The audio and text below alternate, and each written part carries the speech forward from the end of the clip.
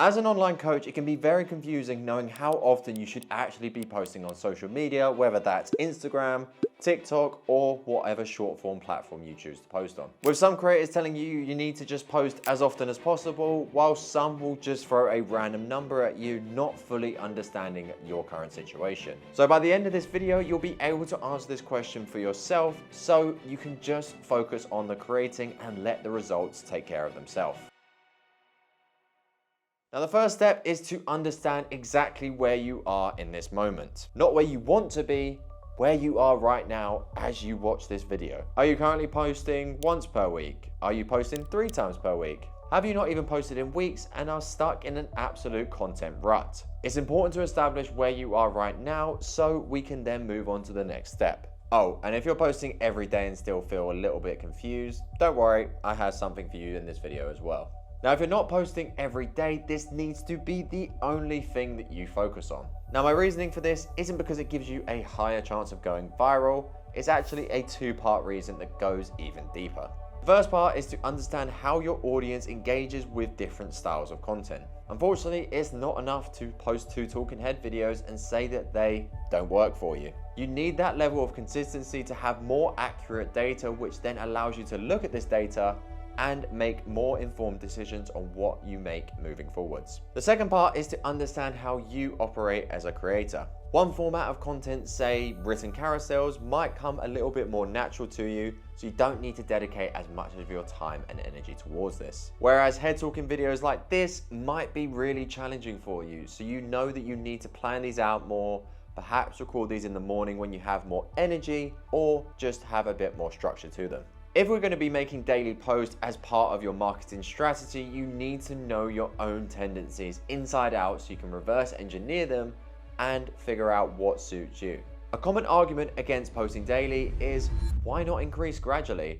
If I'm posting 2 times a week, surely aiming for daily posts is going to lead to burnout. Now, my reasoning for this actually came from reading the book 10x is easier than 2x, written by Dan Sullivan and Dr. Benjamin Hardy. The theory of this book is that when setting goals, such as posting daily on social media, the #1 mistake people make is aiming for 2x the output rather than 10x the output. Because what happens when you aim for 2 times the output is that you don't really change your habits. You kind of just aim to do a little bit more, but within a few days, maybe a week, you revert back to the same habits and therefore have the same output as before. Whereas when you ask yourself the question, what would I need to do in order to 10x more than what I'm currently doing? You then allow yourself to actually ask the question, what are the habits that daily posting would require from me? Would I need to be a lot more organized with my time management? Yeah, probably. Would I need to start time blocking different parts of content creation into my weekly calendar like you would any other task? I'm pretty sure this is what creators who are posting daily are currently doing. By aiming higher with your goals and output, you force your actions to match your ambitions. Now, one issue creators face when looking to post daily is the struggle of always feeling like the next post needs to be better than the last. Firstly, you need to remember that your audience decides what constitutes a good post, not you.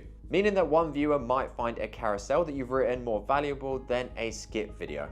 And I'm sure we would have all experienced that feeling where you spend hours and hours on a post and maybe it doesn't do as well as you hoped, versus that post that you spent 10 minutes on somehow gets loads of love and attention.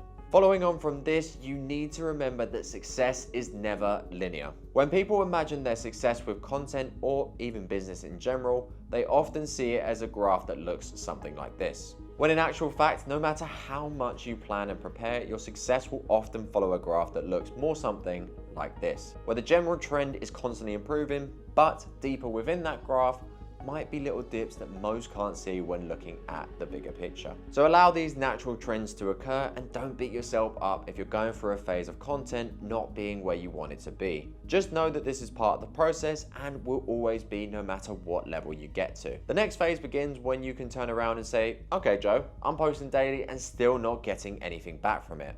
What do I do now?